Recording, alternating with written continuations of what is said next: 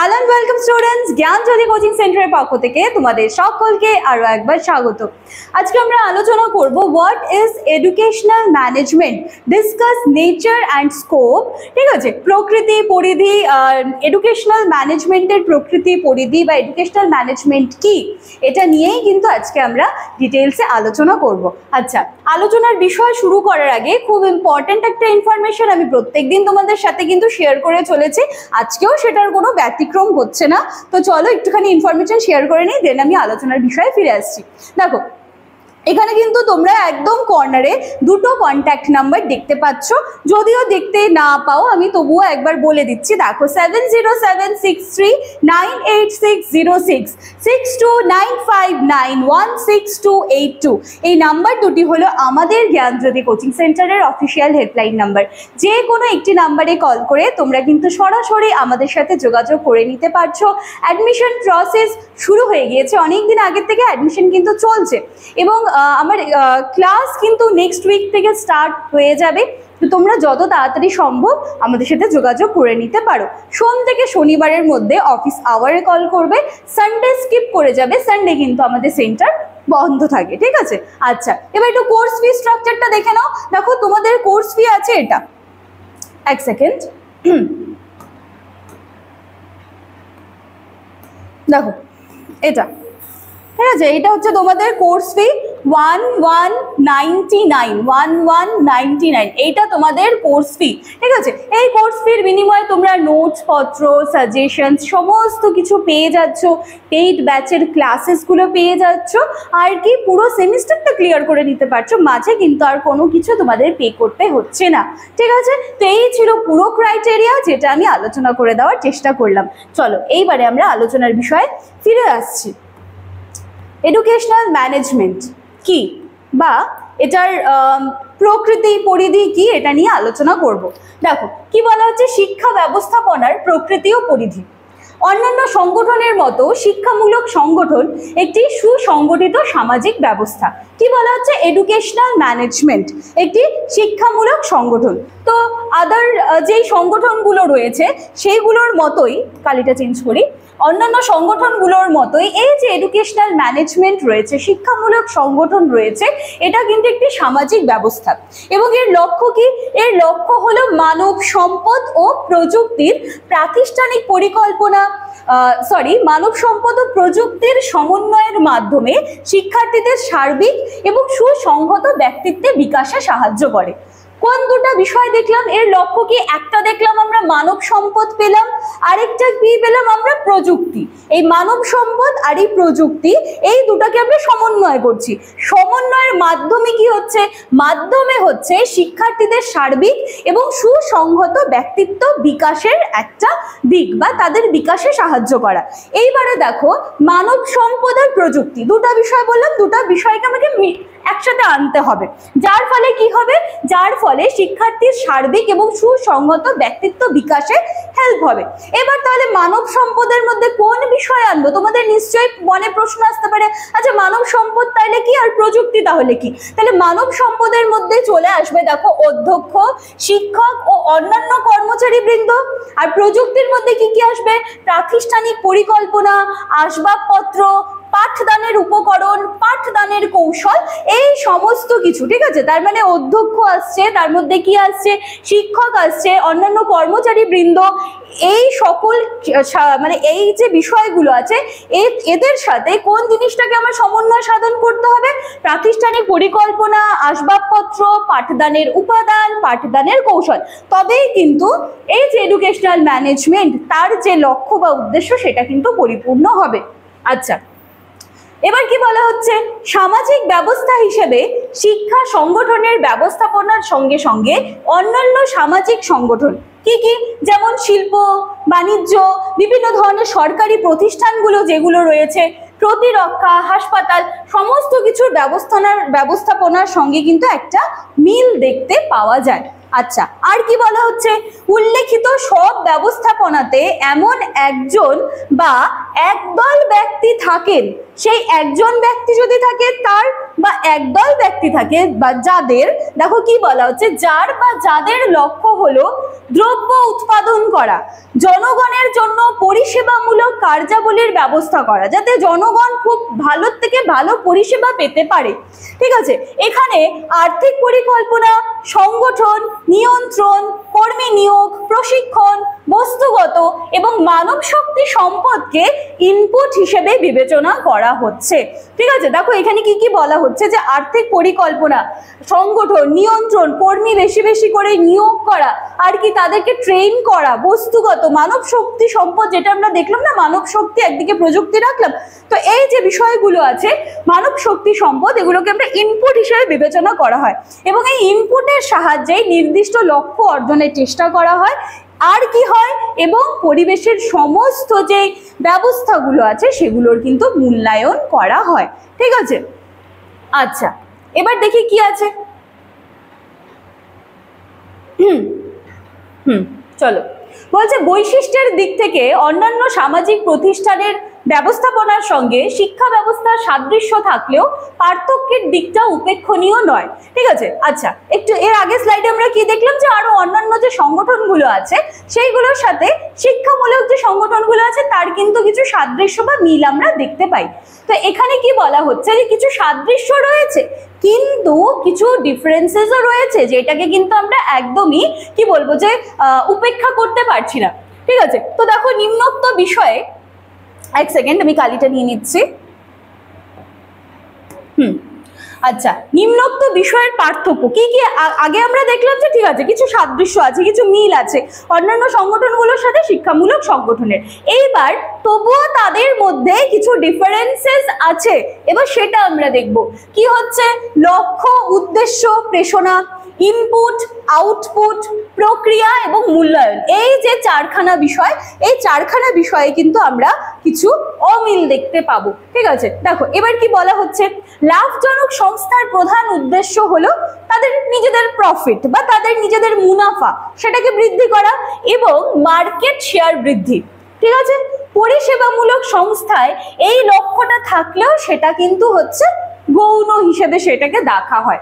অবশ্য অনেক সময় সামাজিক কল্যাণ ও পরিষেবার আড়ালে থাকে রাজনৈতিক উদ্দেশ্য সাধন, এবং সেদিকে কিন্তু দেখি যে কোনো কোনো জায়গায় মানে আধিপত্য বজায় রাখার একটা বিষয় দেখতে পাওয়া যায়। মানে দেখো লাভজনক সংস্থার বিষয়টা কি, এখানে বলা হচ্ছে তাদের উদ্দেশ্য হলো তারা লভ্যাংশ বৃদ্ধি করবে এবং মার্কেট শেয়ার বাড়াবে।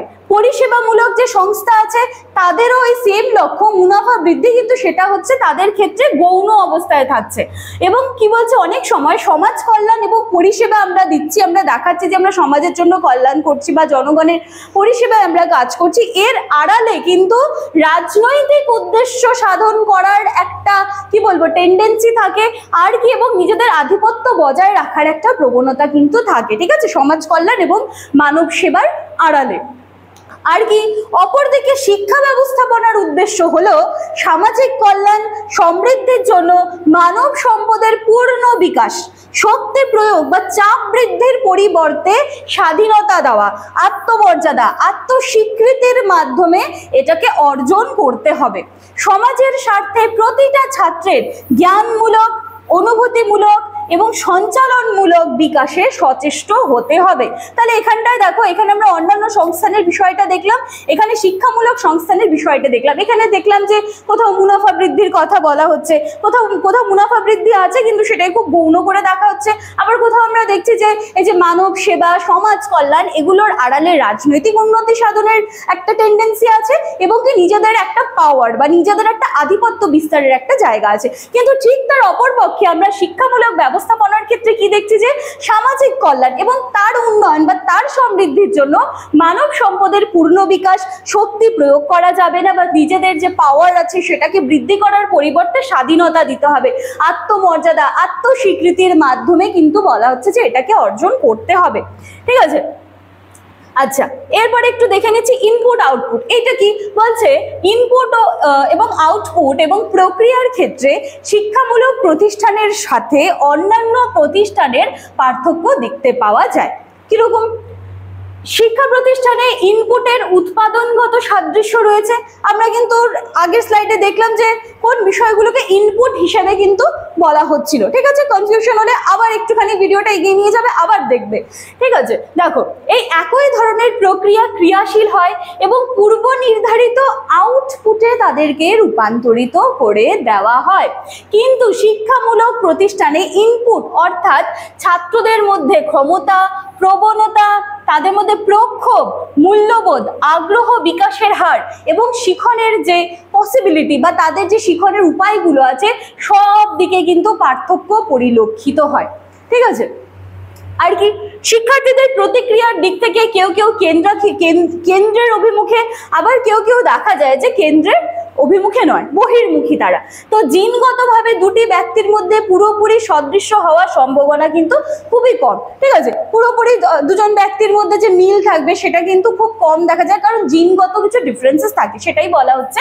এবং এর সঙ্গে পরিবেশ এবং অভিজ্ঞতা যুক্ত হওয়ার ফলে দুজন শিক্ষার্থী সব দিক থেকে সদৃশ্য হওয়ার সম্ভাবনা নেই বললেই চলে। কখনো আমরা দেখেছি দুটো স্টুডেন্ট পাশাপাশি বসে আছে, দুজনের মধ্যে সেম কোয়ালিটিস আছে বা দুজনের সেম একটা বিষয়কে মানে কি বলবো যে অ্যাট আ টাইমে কেউ একজন দেখা যাচ্ছে খুব ভালো বুঝে যাচ্ছে, কারো একটু সময় লাগছে, বা কেউ কোন একটা বিষয়কে বুঝে আমি যদি এ বি দুজন স্টুডেন্টের নাম রাখি, এ নাম্বার স্টুডেন্ট দেখতে পাচ্ছি যেভাবে সে রিয়াক্ট করছে বা বিষয়টাকে সে যেভাবে বোঝাচ্ছে, হয়তো বি নামের স্টুডেন্ট সেইভাবে সেই বিষয়টাকে আয়ত্ত করতে পারছে না, বা চারিত্রিক অনেক কিছু কিন্তু ডিফারেন্সেস থেকেই যায়। ঠিক আছে, মিল খুব একটা আমরা দেখতে পাই না। একমাত্র সদৃশ্য বা একমাত্র মিল আমরা দেখতে পাবো যদি কখনো দেখছি টুইন্স এই ব্যাপারটা চলে আসে বা যমজ ব্যতীত। ঠিক আছে, এছাড়াও জৈব প্রকৃতি বিজ্ঞান অনুযায়ী ব্যক্তির বিকাশের কোনো স্তর তার পরবর্তী স্তরের উপর এবং জিনের মধ্যে পারস্পরিক সম্পর্ক বা জেনেটিক কোডের কার্যকারিতার উপর কিন্তু নির্ভর করে থাকে। এবং এইভাবে শিক্ষা প্রতিষ্ঠানে ইনপুটগুলো যেগুলো আছে সেগুলো কিন্তু আলাদা আলাদা হয়ে যাচ্ছে। ঠিক আছে, আচ্ছা তাহলে আচ্ছা এবারে দেখো আরো কিছু বিষয় আছে তোমাদের। দেখো এবার ব্যক্তির প্রকৃতি, ঠিক আছে, প্রকৃতি বা নেচার, এই অনুযায়ী সঠিক প্রক্রিয়া এবং পরিবেশ নির্দিষ্ট করাও প্রয়োজন। মানুষের দ্বারাই এটি কিন্তু নিয়ন্ত্রিত হয়। শিক্ষক ইনপুট বা ছাত্রের প্রকৃতি অনুযায়ী কিছু নির্দিষ্ট কার্যাবলী বা কোনো কিছু লক্ষ্য পূরণের জন্য উপযুক্ত একটা পদ্ধতি বা কৌশল স্থির করে দেন। কে স্থির করবেন? শিক্ষক। ইনপুট বা ছাত্রের প্রকৃতি অনুযায়ী, সেই ছাত্রের নেচার কিরকম বা তার চাহিদা কি রয়েছে সেই অনুযায়ী টিচার এটা ঠিক করে দেন। এবং নির্দিষ্ট পাঠ্যক্রম সত্ত্বেও শিক্ষার প্রক্রিয়া মানব বিকাশ প্রক্রিয়ার সঙ্গে কিন্তু যুক্ত হয়ে যায়। প্রতিটি শিক্ষার্থী একটি অনন্য সত্তা হওয়ায় অন্যান্য সাধারণ ব্যবস্থাপনার ন্যায় গতানুগতিক যুক্তি প্রয়োগ ও কর্তৃত্বমুখী ব্যবস্থাপনার পরিবর্তে শিক্ষা ব্যবস্থাপনা কি হবে, এটা একটু রমণীয় হবে এবং একটু নির্দেশ ভিত্তিক হবে। এর আগেই দেখলাম আমরা যে অন্যান্য ব্যবস্থাপনায় কি বিষয়টা রয়েছে এবং শিক্ষামূলক ব্যবস্থাপনায় বিষয়গুলিকে কিভাবে নমনীয়তার সাহায্যে কিন্তু দেখা হচ্ছে, যেখানে আমরা স্বাধীনতা, আত্মমর্যাদা এই বিষয়গুলো কিন্তু দেখেছি। ঠিক আছে, আচ্ছা তো সবশেষে শিক্ষার ফল সম্পর্কে আলোচনা করা যেতে পারে।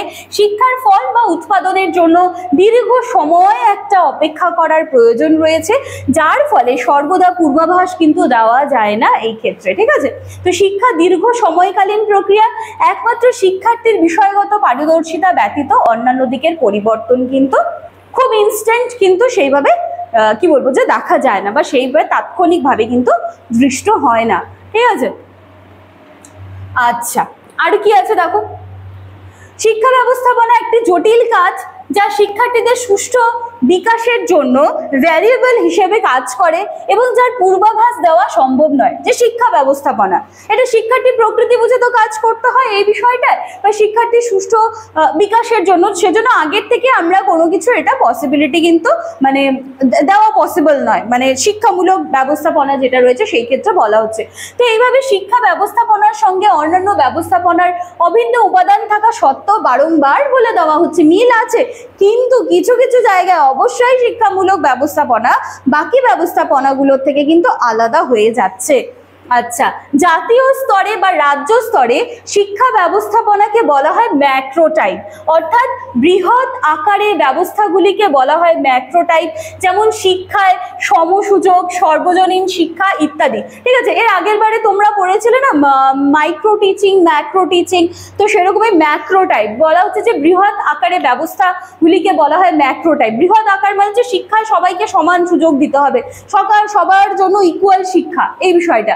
এবং প্রতিষ্ঠান ভিত্তিক ব্যবস্থাগুলোকে বলা হয় মাইক্রো টাইপ, যেমন প্রাতিষ্ঠানিক পরিকল্পনা, আর্থিক ব্যবস্থাপনা ইত্যাদি। ঠিক আছে, প্রধানত মাইক্রো টাইপ এবং কোনো কোনো সময় ম্যাক্রো টাইপের পরিকল্পনা, নীতি ইত্যাদি প্রণয়ন, সেটাকে অ্যাপ্লাই করা, মূল্যায়নের ব্যবস্থা, শিক্ষা ব্যবস্থাপনাকেই কিন্তু দুটো দিকটাই কিন্তু দেখতে হয় অনেক ক্ষেত্রে। ঠিক আছে, কোনো কোনো সময়। তো চলো, এই ছিল তাহলে আজকে আমাদের ক্লাস বা আলোচনার বিষয়। নেক্সট দিনে কিন্তু আমরা টাইপস অফ এডুকেশনাল ম্যানেজমেন্ট যেটা রয়েছে সেটা নিয়ে কিন্তু আমরা ডিটেলসে আলোচনা করব। পুরো ইনফরমেশন তোমাদের এখানে সামনে দিয়ে দেওয়া আছে। কর্নারে কিন্তু তোমরা দুটো কন্ট্যাক্ট নাম্বার দেখতে পাচ্ছ, যে কোনো একটি নাম্বারে কল করে আমাদের সাথে সরাসরি যোগাযোগ করে নিতে পারো। তো চলো, আজকের ক্লাস বা আলোচনার বিষয় আমি এখানেই শেষ করছি। দেখা হচ্ছে আবার নেক্সট দিনের ক্লাসে। Thank you.